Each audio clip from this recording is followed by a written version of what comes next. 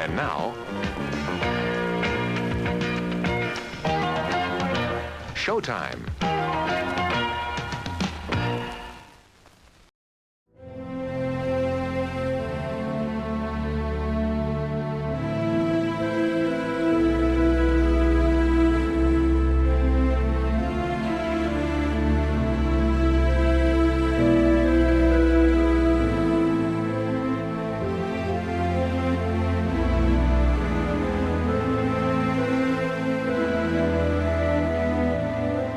Hello, good evening, and welcome on board to those of you tuning in tonight to Fleapit After Dark, nighttime podcast devoted to films off the beaten path and of the cult variety. I am your host, Jeremy Brown, and I'm excited to be joined again, probably not since about a year ago or so, covering the Mad Max franchise, but by filmmaker and film analysis, content creator, and connoisseur, the cinematologist himself, Jake Miller. Jake's been long overdue, but glad to finally have you back on. How are you doing, brother? Oh, man, great. What a movie to jump back in about. I hadn't seen this one before you mentioned it to me, and after just getting through it, boy, there's a lot to talk about with this one. But yeah, let's go for it. Yeah, first off, like I was trying to think of like, what's a good jumping off place from, I guess of all places, Mad Max. Like, oh, let's go right for the creature feature, the animal nature revenge sort of subgenre, and this one popped up on my radar. I had seen it before when I was much younger, but I had fond memories of it being kind of mixed in with the mold of movies like Namu and the Free Willy movies, which are very, very different in tone and style, probably had bigger budgets, and weren't so much aping on that sort of subgenre, or even what Jaws did to the blockbuster. The ancient Romans called him Orca or Canis, Latin for bringer of death. He is without challenge the most powerful animal on the globe, the killer whale. Orca has 48 teeth, set in 2 impressive rows. In some respects, the orca's intelligence may be even superior to man's. They remain loyal to one mate for life.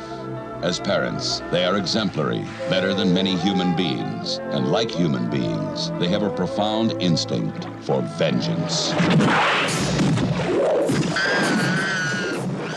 An innocent creature is destroyed by an act of human cruelty, and the ultimate battle of man against nature begins.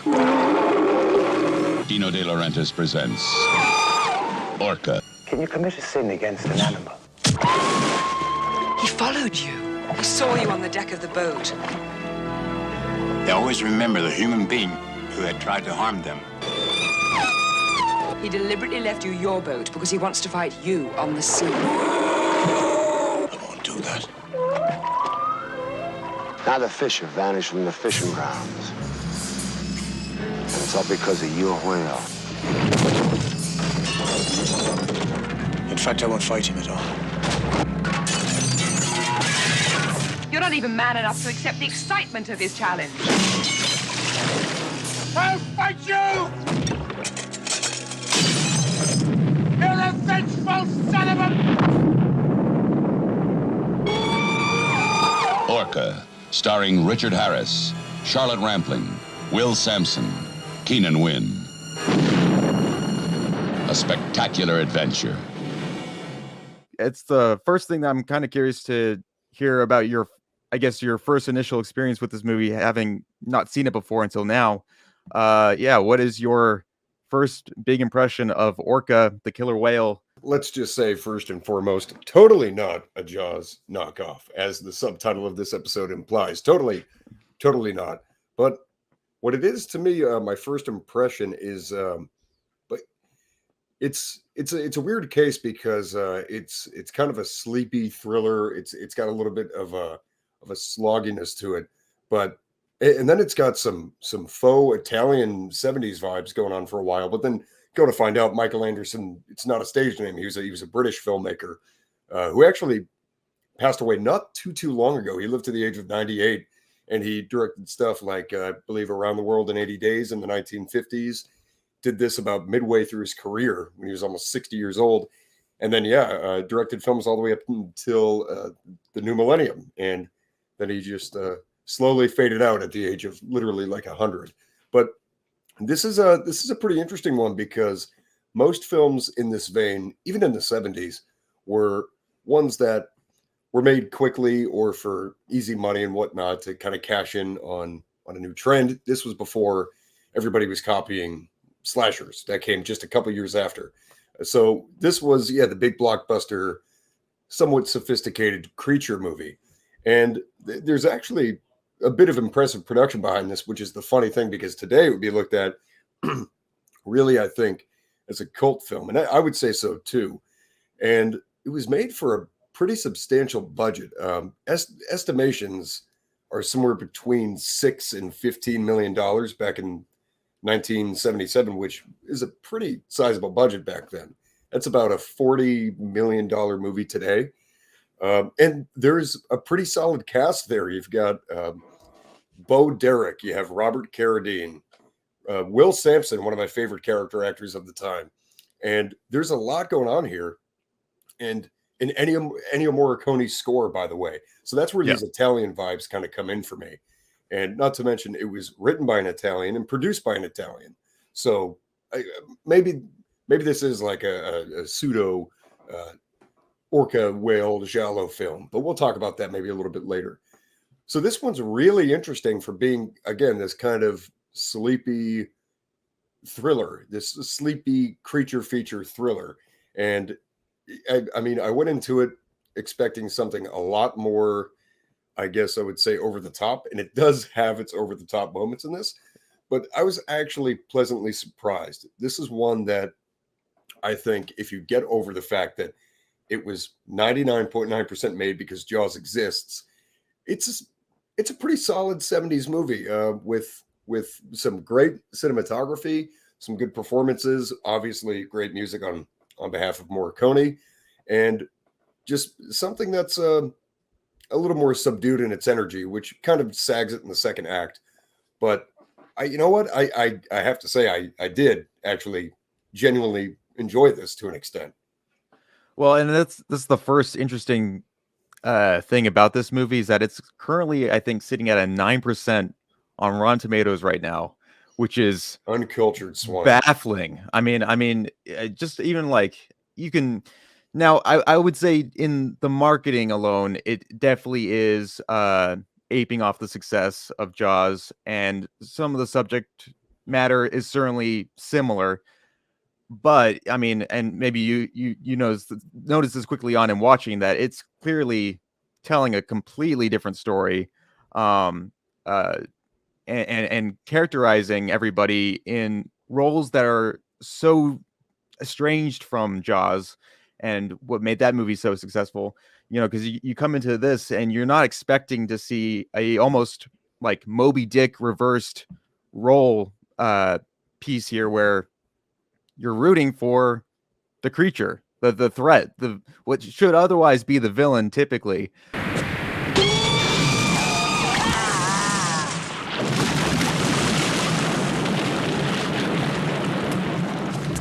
Ken!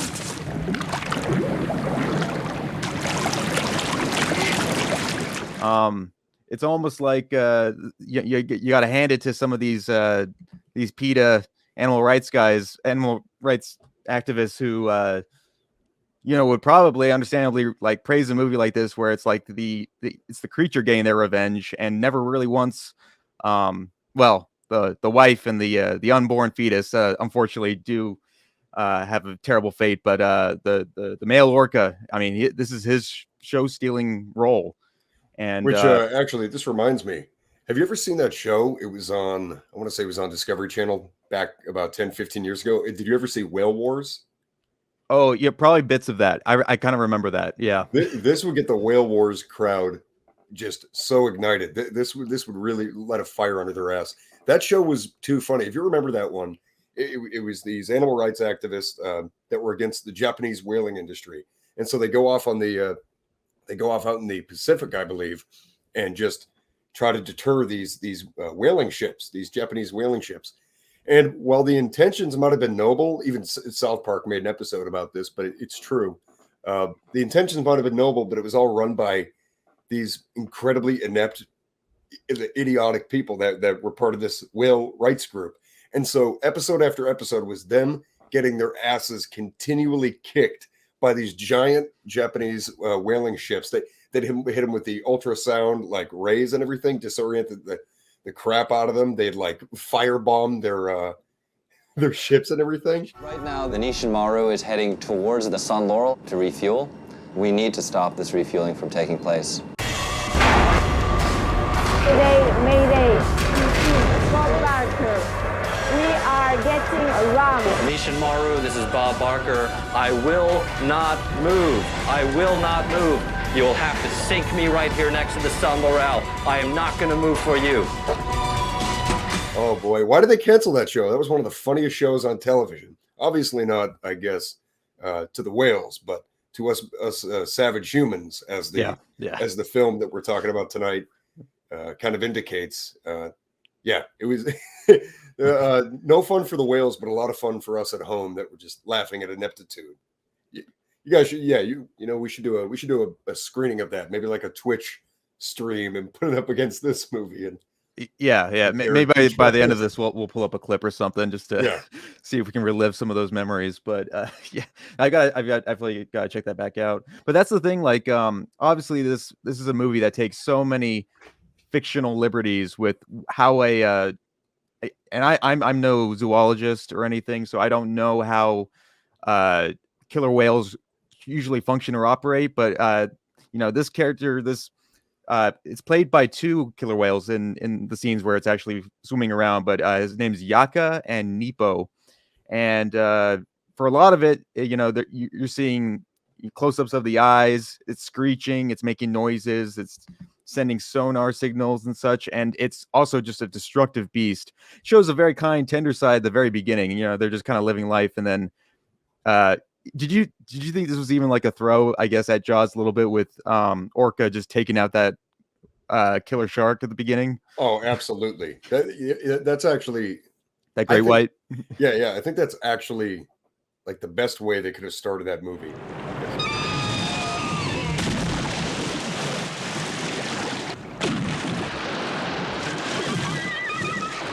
Jesus, what did that?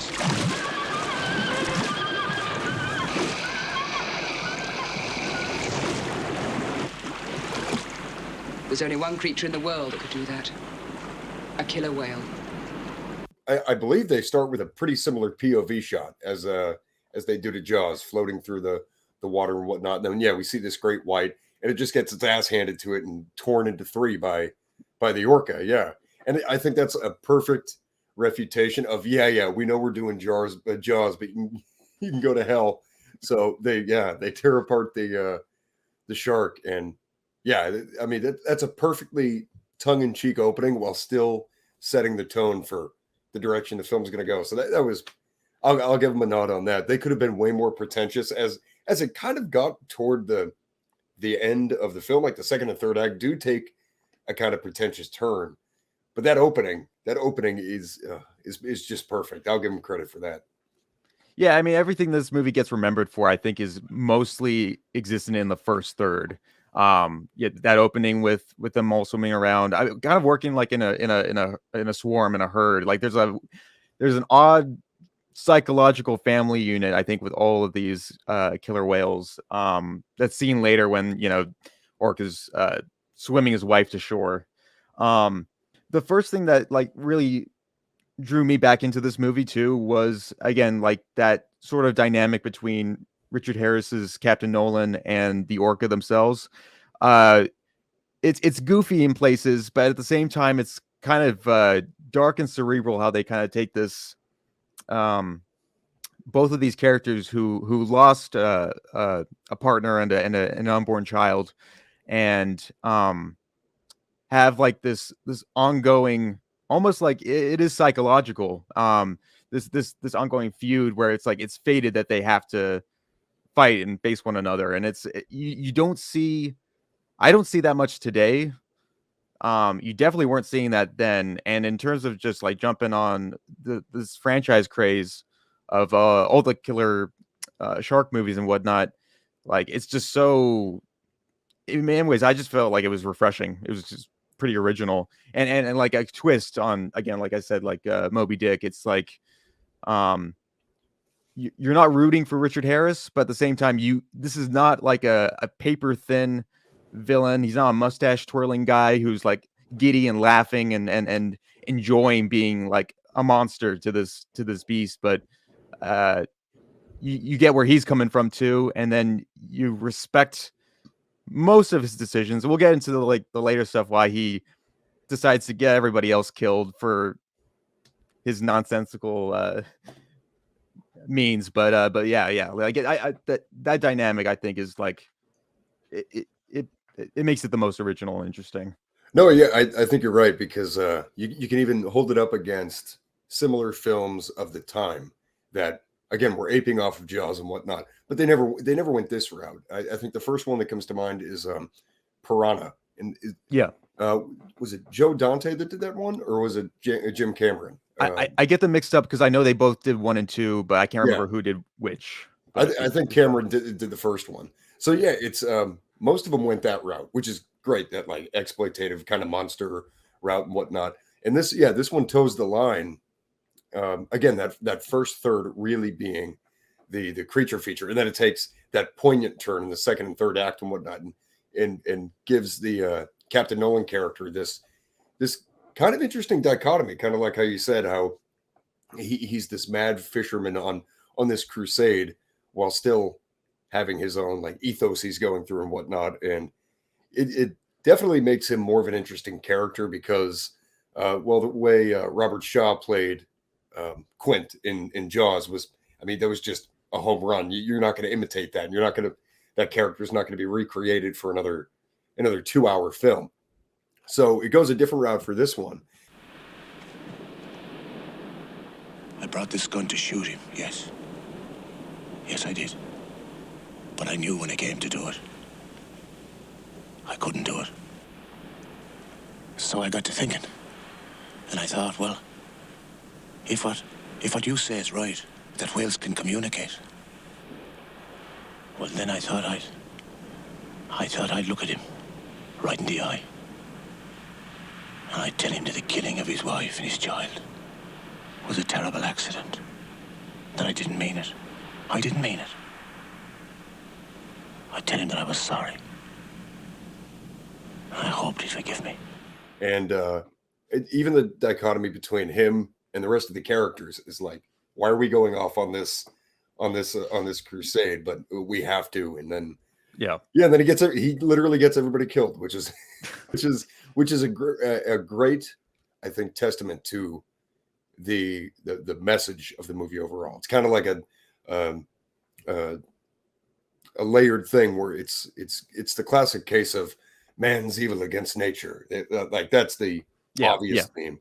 But then the B plot to that is not only man is a danger to nature, man is a danger to himself more than anything. Yeah. So that's something that we're not really seeing in, even as much as I love this era of film, we're not even seeing that as much in other contemporary films of that time. And my favorite recent creature feature has still got to be Crawl by Alexander Aja.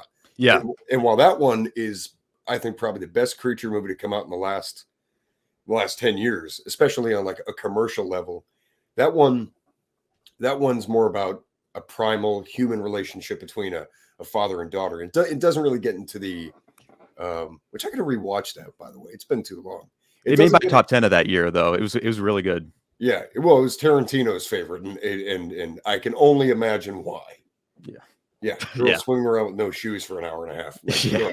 Like, but even that one, it doesn't get into anything like Orca does, and like we've said a few times now, not to be too redundant, but nothing really has that's gone at it this way.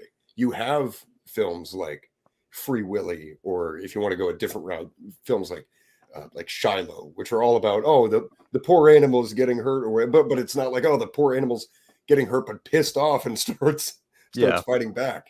So that's I think that's a real reason somebody should check this out, if for nothing else, for a creature feature that takes its own direction, and that's admirable if nothing else. And even how it even spawned even more like goofy family animal comedies, like have you heard of Zeus and Roxanne, where it's like the dog falls in love with the dolphin or whatever? Oh my god, yeah, I've heard of that one. Who's in that? It's Steve Guttenberg's in that movie. Yeah, it's one of those. No, but especially the man versus man aspect. I think that was the thing I definitely picked up on the most, where it's like somebody you set this up for yourself, and you're a danger to this whole fisherman village if you allow Orca to just complete wrecking things and causing all the carnage that he is already doing. And there's some pretty brutal kills in this. I gotta hand it to just the times in which this comes out, because I really miss like the tough as nails, hardcore PG rated movies that just did not care if they got a little bit graphic in scenes, or if they show a little nudity, or if anything. Like, it's just like it's a parental guidance film. You're seeing it with your parents. You're gonna be fine. It's just like that attitude. It's changed so much. Obviously, the MPAA. We know why, but it does. Well, You do long for that time. It does beg the question, though. Like, let's talk about this really quick. I haven't asked this question in at least several years because it's just kind of implied. What the hell is the point of PG-13? Yeah. I know that became a thing. Pretty much the one to do it to kind of etch it in stone. People think was Temple of Doom in 82 or 83. No, 84. Sorry, Temple of Doom with the Kali Ma scene when they rip out the heart. They're like, why is this just a PG movie? Well, it says have you parental guidance suggested. It's implied. Where does the line get drawn to say, all right, a 12-year-old can't see this, but a 13-year-old can with their own discretion? Let's be honest, especially today too. I think PG-13 designations need to be rid of, because we thought we had it bad. We're guys our age. No. These kids that are 12, 13 now are so desensitized. It doesn't matter.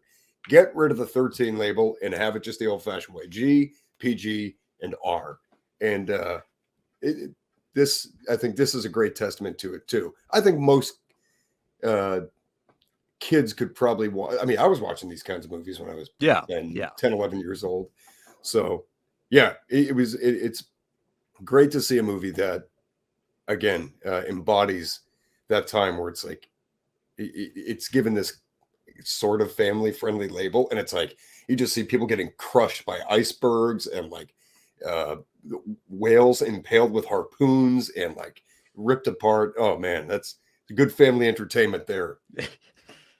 Yeah, that whole sequence where Will Sampson just kind of bites the bullet and just takes that whole just mountain of snow. That's like an interesting case where it's like, oh, it's not the boat that runs into the iceberg. It's just Orca pushing the iceberg onto the boat. So it's this massive, like, inhuman strength that this creature has. It's just, I don't know. It in many ways, it just kind of subverted just like at the time, and especially now, just like what you can get away with. Especially, I think it's mostly the animal, and then like they would cut to like a practical killer whale here and there. Sometimes you can tell, other times it's actually pretty seamless. I think the only times it ever looks a little fake is whenever it cuts to the close-ups of the eye, like shedding a tear and whatnot. Like they really want you to throw those gut punches at the human audience watching the movie for sure. Yeah, as if the whole story itself isn't I think clear enough. The close-ups of the crying whale eye, I think, are what bring it home. And then when they're almost aping the end of Jaws with Nolan pointing the gun at the orca and whatnot, and just seeing the reflections of each other in each other's eyes that's such a great hokey 70s shot that makes its way into the last seconds of this movie, which was being super serious about itself, and then I think was being serious with these shots. But oh man, yeah, that was an example of when it kind of went back and towed the line of being more of this cult style film rather than this majestic, poignant thriller. So that was good to get that at the end. That got an honest belly chuckle out of me. Yeah.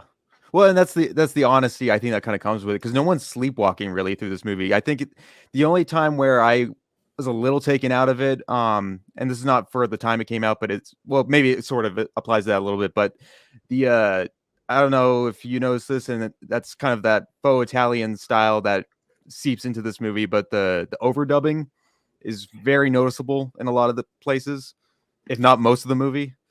She speaks you the truth. She knows it from the university. I know it from my ancestors. Well, I'm delighted to hear that. Who the hell are you? I'm Jacob Omalak. I teach at a travel school in the north. Ah, nice to meet you. You're the man who did this? Guilty. Well, I must be off now. Yeah, see, that's what threw me off. And again, I thought Michael Anderson, I didn't know much about his library before watching this. So I thought Michael Anderson was a moniker for an Italian filmmaker, but lo and behold, it's just just a Brit doing the dirty work of the Italians. Yeah.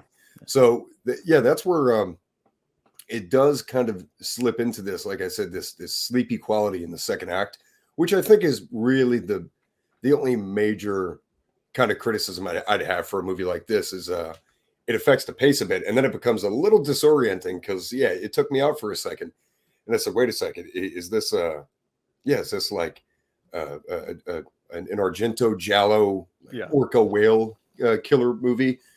Because it seems pretty Americanized in the first third, but then that middle act is when all that overdubbing just hits hard and whatnot. And I thought there was something up with my TV or something like that, and it made me look at the film totally differently.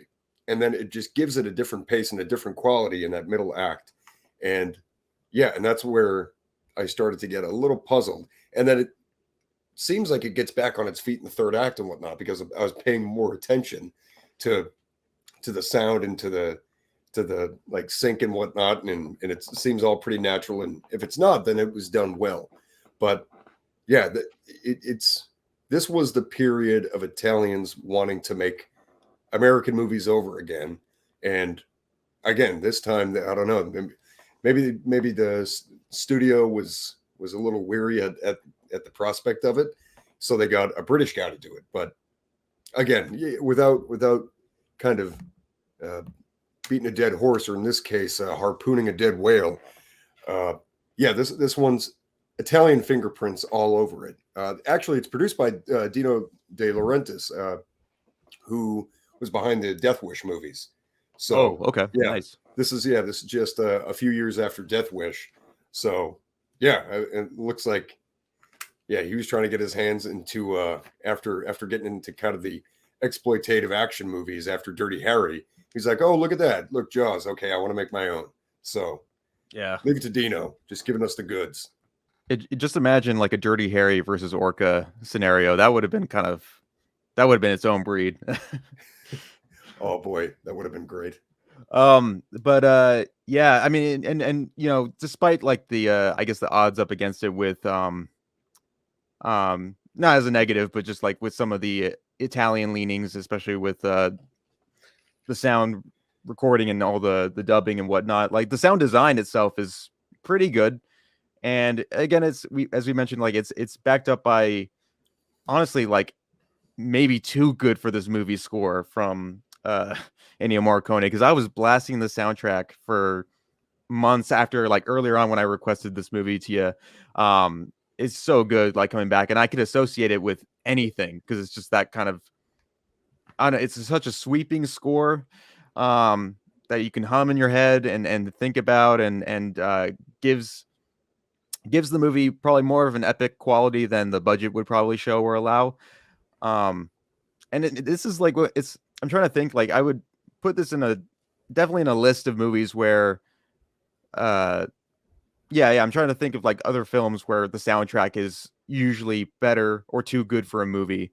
Like the one that maybe comes to mind that I was thinking of was the composer Christopher Young, who usually does like horror stuff. He did this really great score for Flowers in the Attic, which is that old V.C. Andrews adaptation about incest and all that sort of stuff, even though that's not really in the movie for whatever reason. But it's a great score to what's otherwise a very mediocre movie. And you see that happen like every once in a while. So, but I'm going off on all ends here, but Ennio Morricone, great job. Yeah, hold on. You got a good point here, because it's a Morricone score, which he needs no introduction at this point. Yeah. Which begs the question at the end of the movie, when you have Ennio Morricone, even at this point, people knew how good he was. He did all the spaghetti westerns in the years leading up to this. So it begs the question of why the hell did they end the film with that back ass song?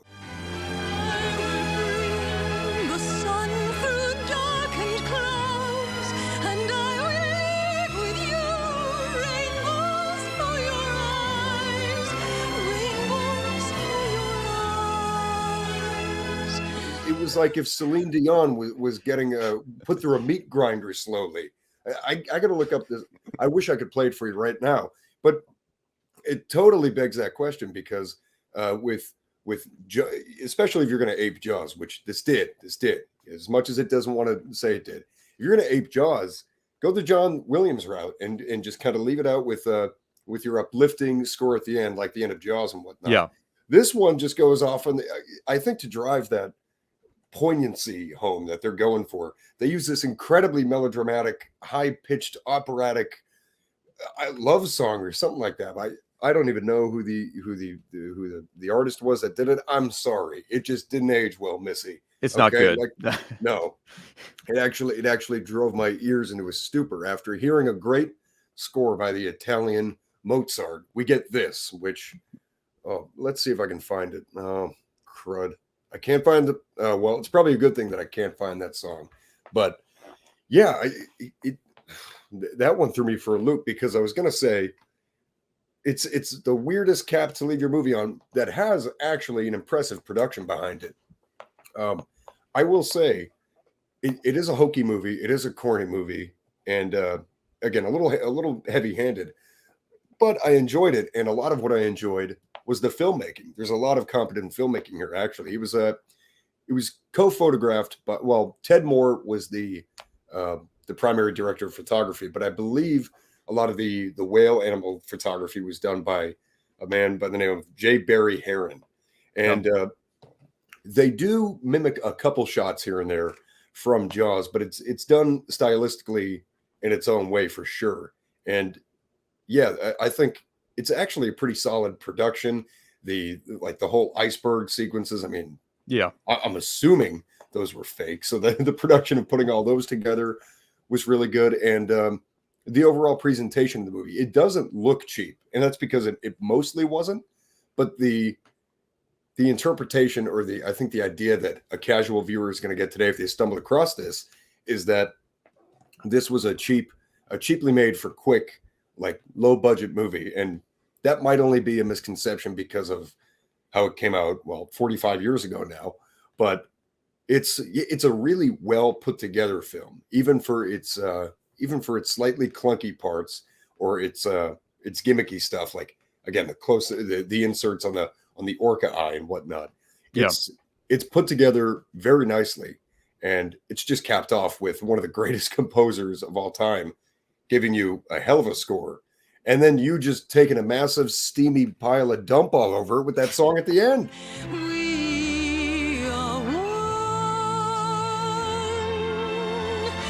It's cap off. You made a pretty solid movie. Cap it off with that same energy. Send people out of the theater happy or wanting to sit in the flea pit and watch this and listen to the music. But no, it's like you're scaring them out. It's that. You're scaring him out with this at the end. That was for the beginning of the movie. That was the bait and switch. You don't do it at the end. Yeah, we're already sitting in a very miserable, like caved in flea pit as it is. Don't ruin the film experience even further. Just, but we're already suffering here. So come on. Well, not to mention, this did okay financially. It made 14 back or so million, right? It made about $15 million, which based on the estimations of the budget, it made it back. It at least made its budget back, and best case, it about doubled its budget. So this was, I would say, at least a moderately successful movie. So people were piling into the flea pits all over the United States watching this Bad Larry.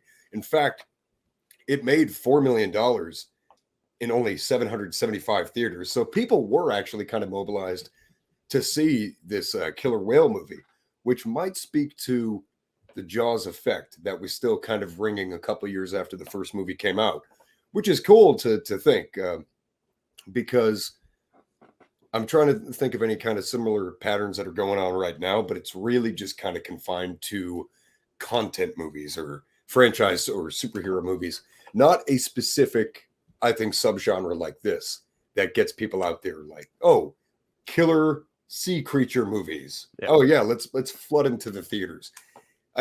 This movie wouldn't even make in 3,000 theaters today. This would make $4 million in a weekend. So that's pretty impressive. Yeah, I think it was just like right on the cusp because this is 77. So Star Wars is either out now or about to come out around the time that this movie comes out. It came out, Star Wars came out 2 months before this. So wow, okay. At that time, I think it was still kicking ass in the box office. I think it was in theaters for at least a couple or a few months back at the time, and everybody was seeing that. So it must have been for people that just didn't like nerds or people that had seen Star Wars too much. They were going to this apparently. So that's pretty. I mean, that's pretty gutsy distribution. I would think a movie like this would have been maybe delayed for a few extra months because this was a Paramount release. Yeah, going up against 20th Century Fox at the time, but good on them. They they eked by with this one. Yeah, they really do.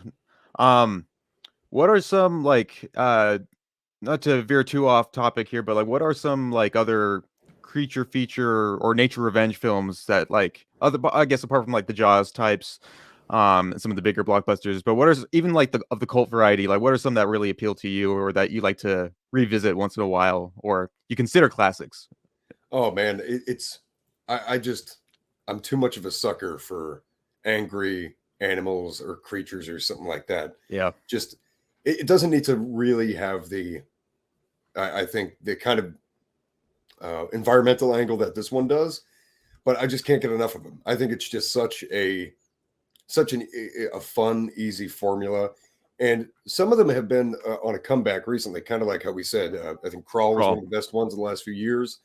You'll know this one as a descendant of Aussies. I really liked Boar a lot. That was a fun one. Yeah. So stuff like that, I've just been eaten up, and I've got to actually dig back and watch more of these from the 70s and 80s and whatnot. A great one I watched a few months ago that I had seen on TV years ago and then rewatched it was White Dog, right? White Dog from, I want to say it's from 1979, 1981. It's about the dog that is believed to be racist. That dog has got to be stopped before he kills somebody. That dog is sick. Then he should be cured. Darling, the people that made him sick made him permanently sick. Then they should be put to sleep, not the dog. Come on, Julie, you got a four-legged time bomb.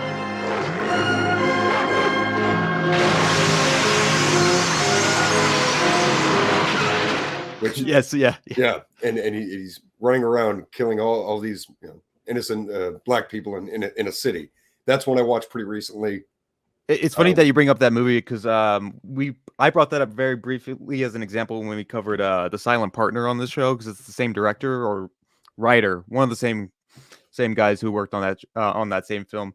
Yeah, just because on the description alone, I've been curious about that movie. It's it's great. I just pulled it up just for reference.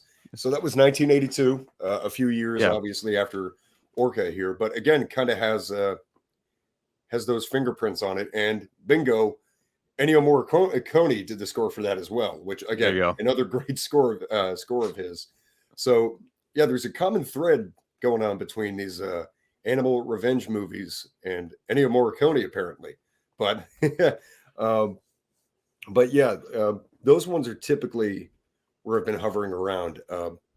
Aside from that, more of the, I think, kind of environmental angle of films.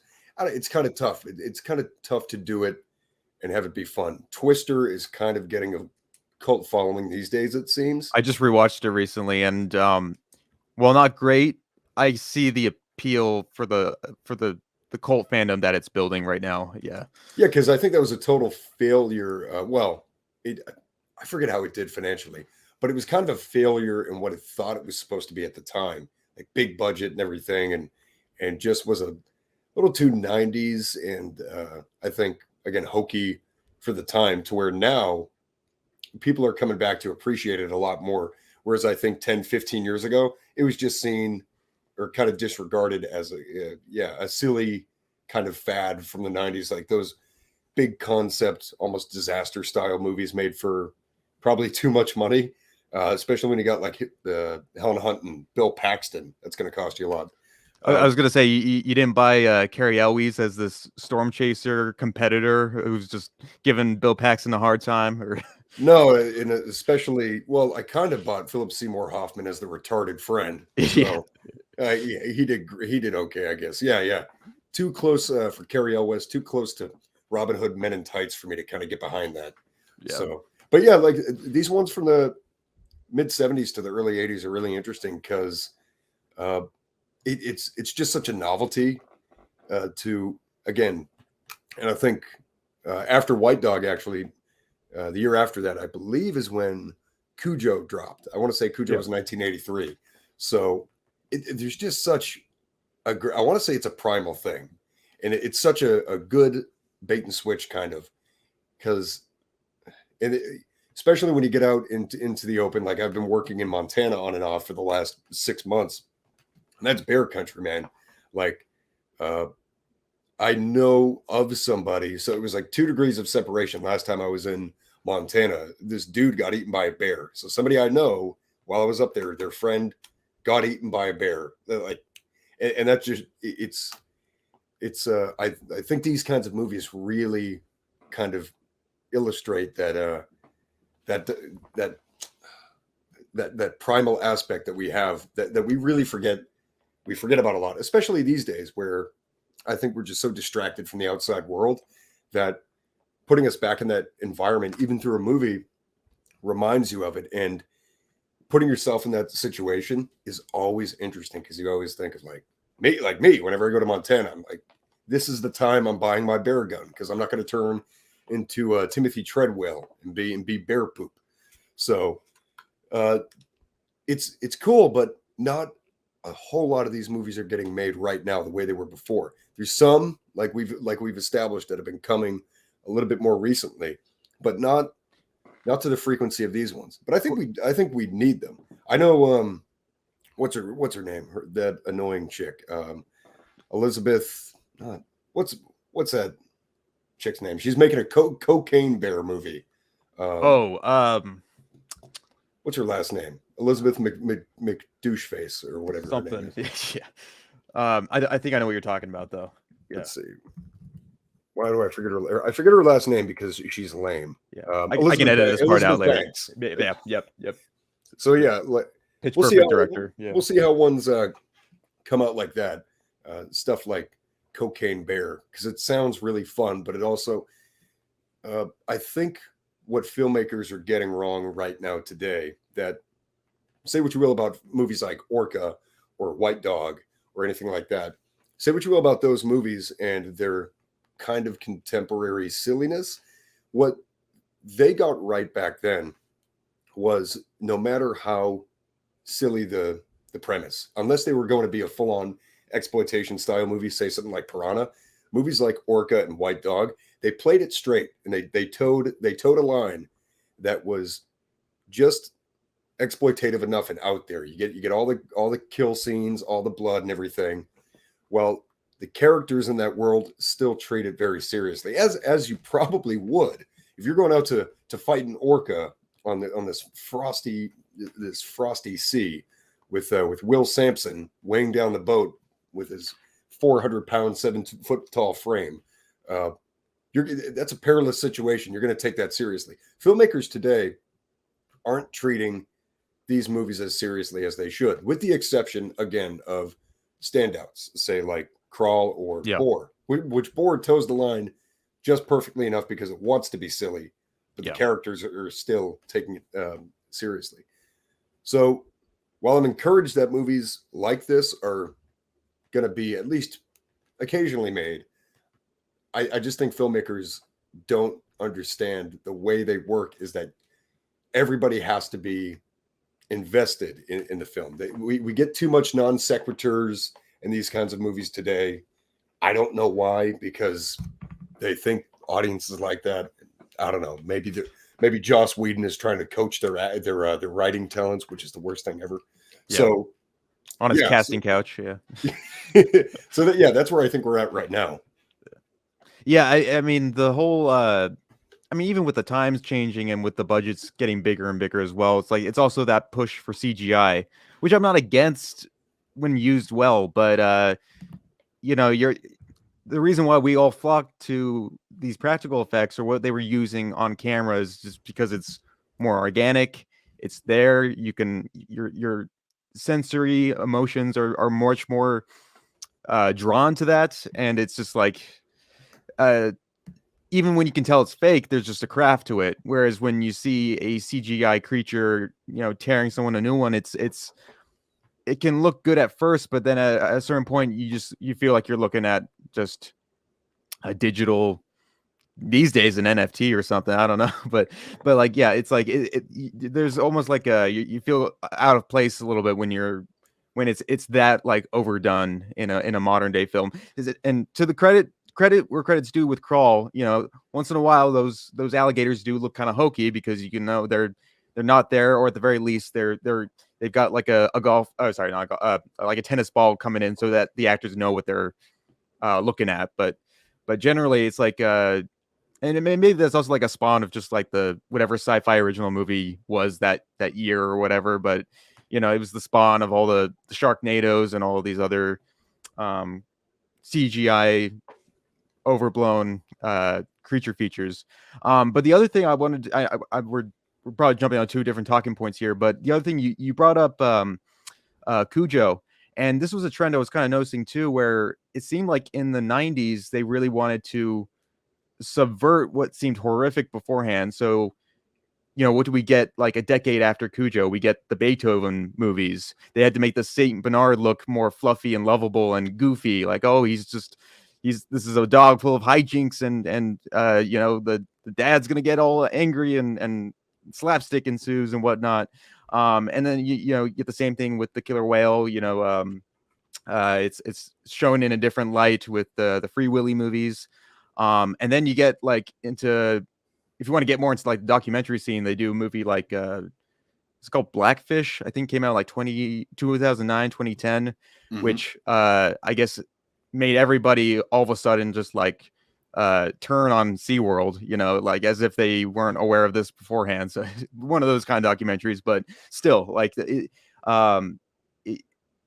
was definitely a push in just like, how much on-screen time do we want to really give animals these days, and do we want to show them in a positive or a negative light? And you're not seeing, apart from Crawl and some of these other films that are a little bit more hokey but fun, you're not seeing animals definitely as the threat anymore. It's very much on the hinge now of humans are the bad guys, and maybe we are to some extent, but in the filmic storytelling sense, that's kind of gone. So yeah, because you want to know why we got a bunch of dirty, sappy hippies making the movies right now. There you go. I'm going to say it. Okay, listen, we all know that man is capable of terrible atrocities. Look at what's going on in the world right now, right? Okay, fine, we get it. We've been making those movies for 100 years. Give me a killer bear movie, okay?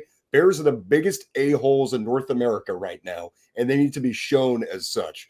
So, Elizabeth Banks, I know I kind of insulted you 3 minutes ago, but please make a good cocaine bear movie. But I swear to God, any non sequitur bullcrap, okay, I'm going to give you the worst review ever. I'm going to make Armin White sound nice, okay, with my review if you don't take it seriously.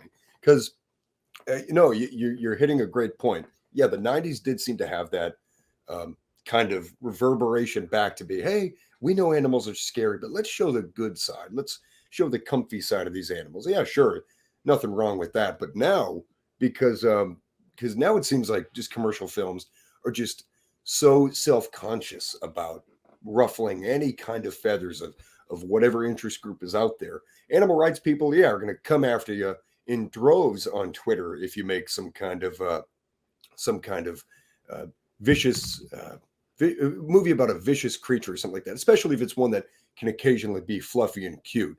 The only reason nobody was talking about Boar from Australia in a bad light is, for one, it was kind of a really small movie and whatnot, but two, well, boars are the biggest pests in North America right now. They're one of the biggest ravagers of the ecosystem. So that's one where the dirty hippies actually kind of gave us a break. And being in Australia and whatnot, everybody says, oh, everything can kill you in the outback. So you could say that's kind of the theme there.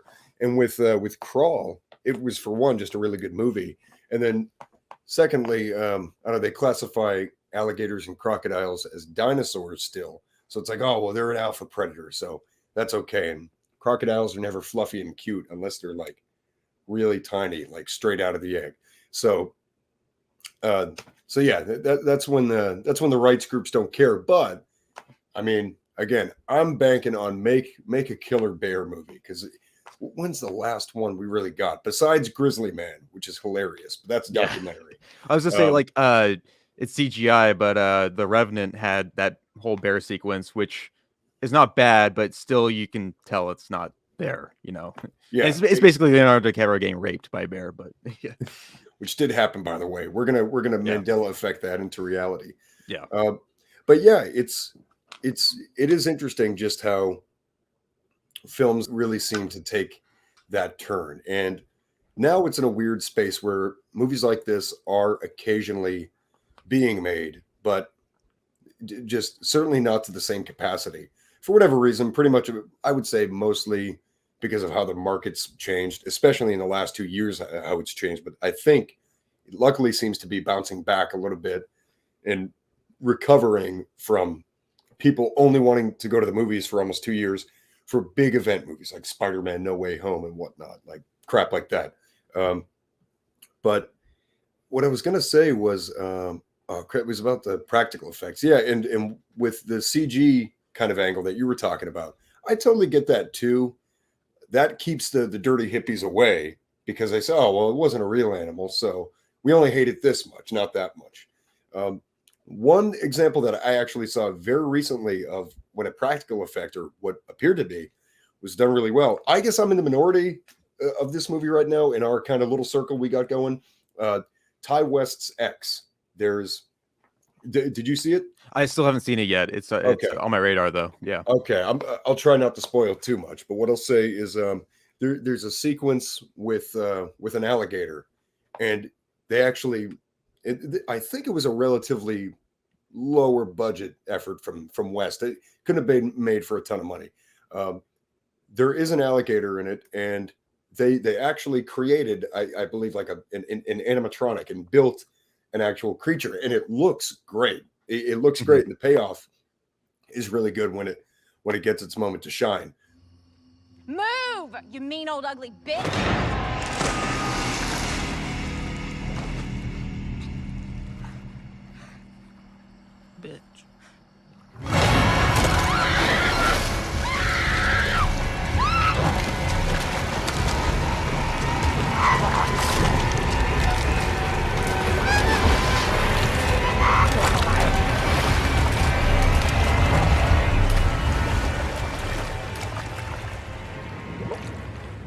So that's an example that this kind of stuff still can be done, but it's done sparingly, and the discretion is just all over the place because I don't know, because studios, like I've said, just seem to be really treading lightly, not to make a water pun in a killer whale movie, but especially after the last couple of years, it's going to be interesting to see studios if they can get back even to making movies like Crawl. Let them forget movies like Orca, even though we're talking about that today. We're kind of going astray, but I'm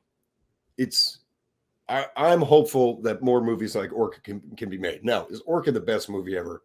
Hell no. Like I said, that second act did almost put me to sleep, but it's just fun. It's again, it's got that primal man versus nature thing going for it, and the filmmaking is really solid, and people went out to see it. And I think, hopefully, again, the market has kind of recorrected itself, and we can see these movies again en masse like before. So let's just hope so. Yeah, definitely. It's and then any chances a studio takes, even with like building an animatronic alligator, is like that gets my attention like full-heartedly, even if it's for a brief second. And maybe that's also speaking to just filmmaking right now, where maybe more often than not people are trying to keep things a little bit more grounded or hide some of the shoddiness of their effects today, whereas Orca has no problem showing you as much of the creature as possible, which I also long for, but I get both perspectives and whatever suits the film and the tone of the film. I've got to check out X at some point. I'm not like a huge Ty West fan, but he makes really interesting, different kind of horror movies, or ones that are very nostalgic and have our buddies didn't like it. I heard, yeah, they didn't like it. This is a case of when Jake he simps along with the critics, and I liked it. I think it has that one has like a 95% on Rotten Tomatoes. Yeah. This is one of the times where I'm in with the idiots on the consensus, but I also think that was not to go too astray from Orca here, but I think that was Age 24's best accident they've had in a while. Totally veered off from their typical. Are they distributing that Alex Garland one? Men, is that? Oh, we've talked about this on the show. Yeah, I'm not looking forward to just on that title alone. I'm like, what? You want to talk about like one word titles or just even having it, centric to men? It's just like the worst pseudo art phase. My one word title, like, oh God, eat me, okay? Orca, at least I get it. It's to the point. You could do that in the 70s, all right? Jaws, one word title, totally different thing. No pretension there. Total pretension with men. Okay, I get it. Like, geez, come on. Sit my ass in the theater for something. Oh, what are you going to see today? I'm going to see Men. Oh, great. Yeah. I'm going to say, yeah, what? That makes me out to sound very heterosexual, doesn't it? Yeah, or that new one coming out, They, Them, which we've all just railed on. Oh, boy, yeah. See, that's the fad of filmmaking we're in right now. So Orca was these concept creature features. Oh, yeah, these big blockbuster creature features. Let's try to make one, but have it mean something. Now it's like, oh, let's have these one-word titled self-important movies, and then that one just looks like it's going to be one of those very soy horror types. That's let's all nyuk it up in the movie for like, I don't know, 5-10 minutes at a time and just go completely non sequitur, and then someone's going to die. Yay, everyone loves that, right? Oh, and let's give it a crappy one phrase title. Ugh. That's the fad we're in right now. Yeah. Maybe in 20-30 years, you and I will talk about these and say, oh, it was an interesting fad at the time, but no, those movies are no freaking good. So it sucks. Yeah. Or there's some distant reality where they're masterpieces and we end up praising them like, whoa, that was a weird turn of events. But I hope I'm wrong. You know what? I hope I'm an angry, incorrect old man when we're through this whole fad of films. But yeah, I don't have a feeling I don't think that it's gonna stick that landing. Orca itself is, like we were saying, it's a wannabe Jaws, okay, but it's at least earnest in its intentions, and it took a different route, as you and I have established, and yeah, it is a little pretentious, sure, but it at least is unique from anything else that was really tackling the same kind of concept. It's only exploitative to kind of reel you in, and then it goes the very poetic angle with what's her name, the actress, Charlotte Rampling, with the voiceovers and whatnot, contextualizing all of it. If we could look into one another and instantly know if someone else was happy or sad, indifferent or aroused, healthy or suffering from a tumor we could actually see, then a human phrase like "how are you" would be meaningless. What we call language, they might call unnecessary or redundant or retarded. So yeah, it's no masterpiece, but it's very nicely put together. It's got a great musical score, some fun effects, some good kills. Will Sampson, if you're into big character actors, in my opinion, they were really missing Tony Burton now in this movie, and they'd have a character actor little party here.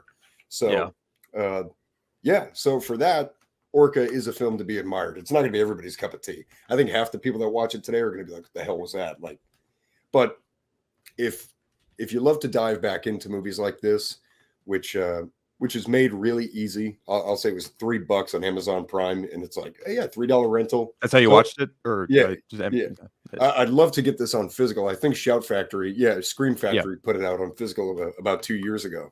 So. But I watched this on a good old bargain bin DVD. And oh man, that was honestly the best way to watch it because it actually had some bonus material too. So I was like, all right, I'll take it. All right, yeah. But I give if I'm gonna channel the dead corpse of Roger Ebert, I'd give this one thumb up out of 2. Okay, that's my I'm gonna bring that back from the dead. Only this time. That's a perfect way to rate it. I think 1 thumb.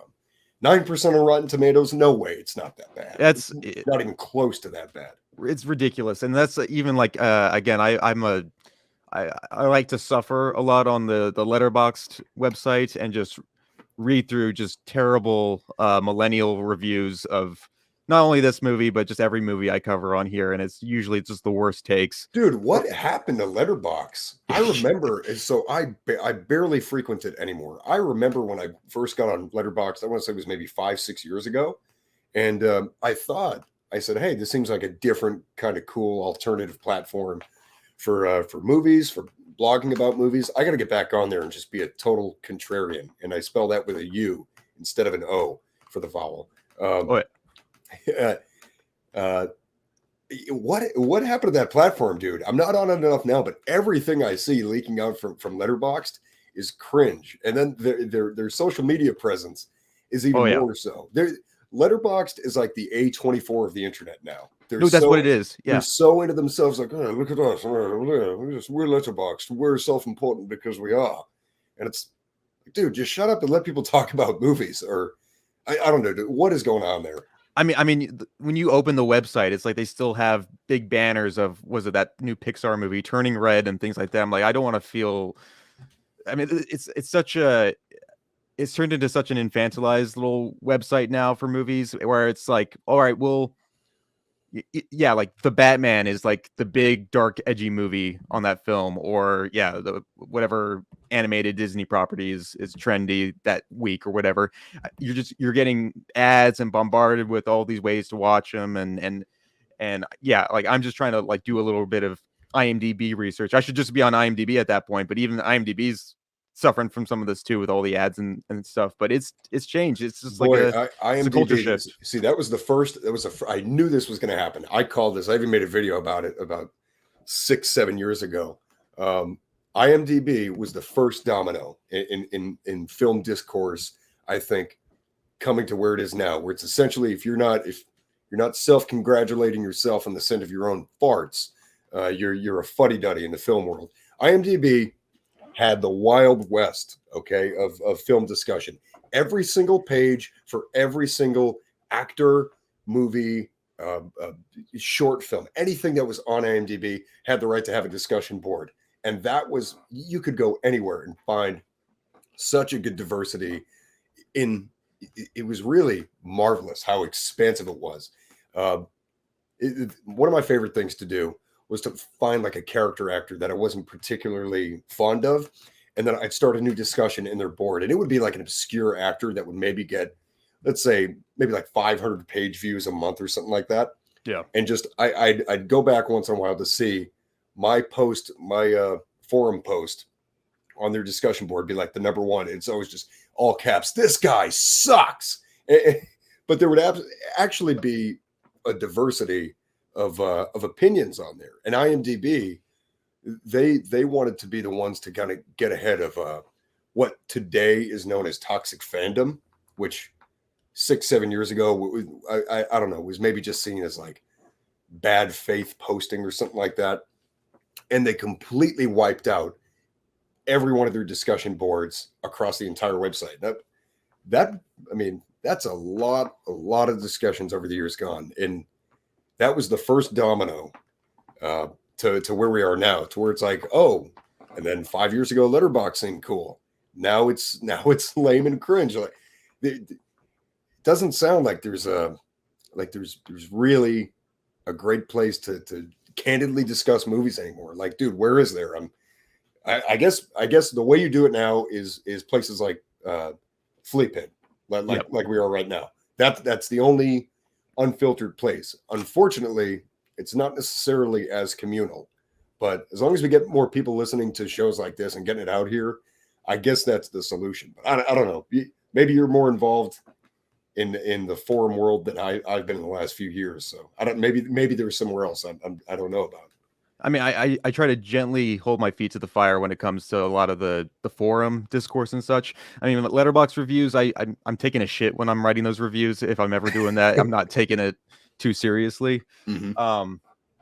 I haven't had any like pushback or anything like very negative like happen when I've been on that website. But you know, these days you say one wrong thing and anything can happen. I don't know, but No, I mean, you're not on Letterboxd anymore, right? You're completely off. I'm still on there technically, but I don't think I've posted anything. I jumped on really quick about a year ago to kind of give a faux review of Lorez's film Mass State Lottery, which we're coming along really well on the edit, by the way. I don't think I'm giving too much away by breaking that news, but I gave like a faux review of it ahead of time, and that got like, I don't know, maybe a few likes from a few of our friends out there, but that's the last time I was on there. And once in a while I'll get an email that somebody followed me on it, and I'm like, oh, sorry. I guess I gotta give the people what they want. I have to. There's such a new format out there of reviews. It's because I started on there being straight up and giving like honest takes and trying to be articulate. Then I saw the way it's gone. I said, oh boy, a whole new ball game. Okay. All right. You got to go top keck on there one way or the other. Yeah, exactly. You got to stand out in whatever way you can. Sure. And I'll give a quick plug. I'll put in the description for sure. Because I quickly had to hand in a donation myself. But Mass State Lottery.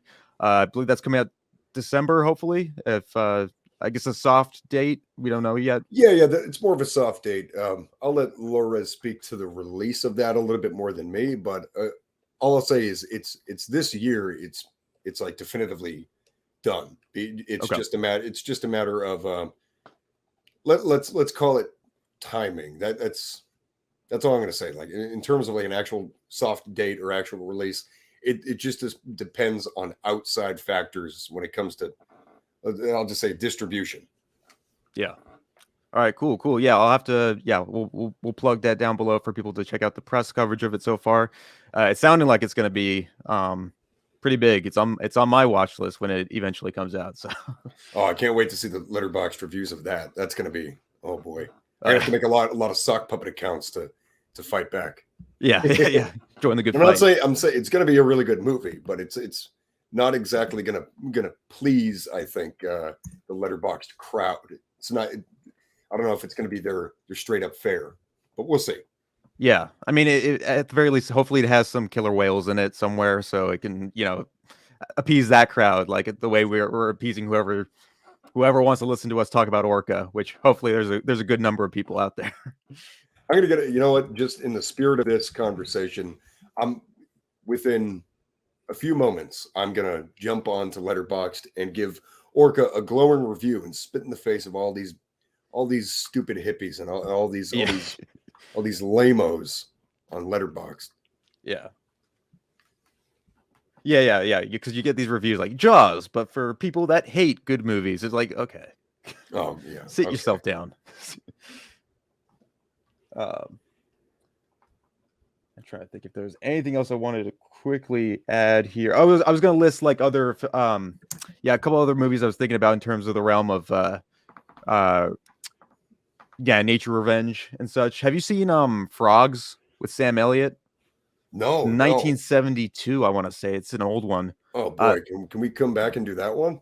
Oh yeah, absolutely. It's not technically good, but I do enjoy it. I grew up on it. This is like early Sam Elliott before he became the guy roasting Jane Campion, and I guess he's in that new what's the Western show right now? The prequel. 1883. Yeah, check that out. Yeah, it's pretty good. It's pretty good. But Frogs is a great one where it's just a very low budget. Clearly, very very quickly on it tells you exactly that it is an environmental piece, and it just kind of shows it's basically just a killing spree for animals. It's a fun, in that sense, it's a fun romp. And then suppose that the human race lost.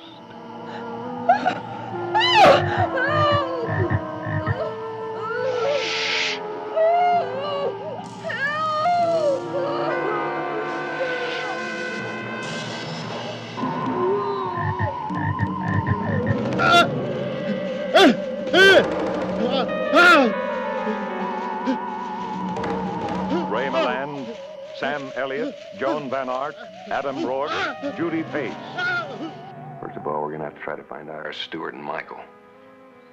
To be very honest with you, I don't think we will. Not alive, anyway.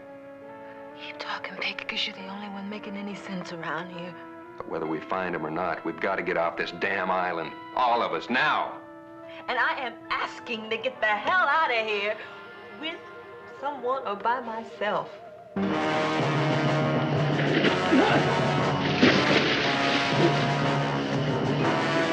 And then I was thinking of other like campier ones. There's Night of the Lepus with Tippi Hedren. Oh yeah, I know that one. Yeah. Very, very fun miniatures in that movie for sure. Alligator, I know gets brought up a lot. And then one you guys covered on Civic TV that I finally watched during lockdowns way back when, Roar, I think is a terrifically tense movie. I think that's another Tippi Hedren one, actually. Yeah. That was before. That one's a trip. That was before the divorce. Yeah. That's I highly recommend like those ones if you want to watch something that's a little bit more in line with the tone of Orca, whereas Jaws is the more, I guess, sophisticated like parent of all of these movies that spawned what we're talking about today. But I mean, anything else you got really on Orca specifically, or just I mean, I think I kind of said my piece on it. I'm actually on Letterboxd right now. Okay, so nice. Your boys back here in the abyss gonna fight back. Let's give it 5-star rating. I'm gonna give it a 3, and my review of it is gonna be. Let's use some of the buzzwords I had here. There you go. Let's see. Moby Dick adjacent. No, we can't use words like adjacent. We're dealing with simpletons on here. Okay. Yeah. Let me see. Let's see. Fun movie in its own right. All right. If you disagree, I hope Will Sampson throws a sink at you. Throws a sink at your self-congratulatory arse. Okay. Yeah, so Will Sampson will not be giving you any juicy fruit gum today. Okay, it's on there. I'm back. All right, I'm back in the ether, everybody. This episode of Fleapit might actually be a benchmark in my online lineage now. I'm getting back in the fight. I don't know if I'm going to like it, but well, it's a good thing to do while I'm taking a dump too. So that's what I'm gonna spend my peaceful bowel movements on Letterboxd now, which is probably going to make them a little bit more irritable. But yeah, there you go. That was the other thing too. We didn't mention, like, I love the poster for this movie. It doesn't sell it as realistically as you'd expect, but it's a great poster of just Richard Harris with his harpoon just leaping right onto this giant whale. It's cool. Very Charlton Heston. Yeah, that's what I was thinking a little bit, the artwork. I mean, I honestly, like, this is don't read the Letterboxd reviews typically for a movie like this. Check it out if you have not seen it before. The people I brought it up to, like, I'm surprised that most of your Gen Xers, your boomers have probably heard of this, or maybe saw it at some small cheap show. So they it's not like an unknown film, but it is definitely of the cult variety, off the beaten path, and certainly something that's delivers more different goods than bad stuff. There's negative things you can tear it apart for, but like we said, not for a 9% on Rotten Tomatoes, not the way the critics of the time were just harpooning this movie to death. It didn't deserve all that backlash. So I would recommend it to anybody out there who likes this kind of stuff, this genre of filmmaking, and just likes Richard Harris and his gruff Irish brogue. There's enough to keep you entertained for 90 minutes. So highly recommend. Cosign. I understand what that whale is feeling. Because the same thing happened to me.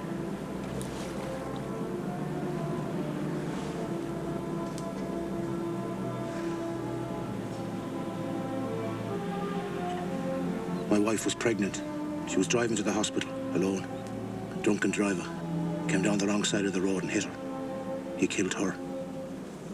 And he killed my baby.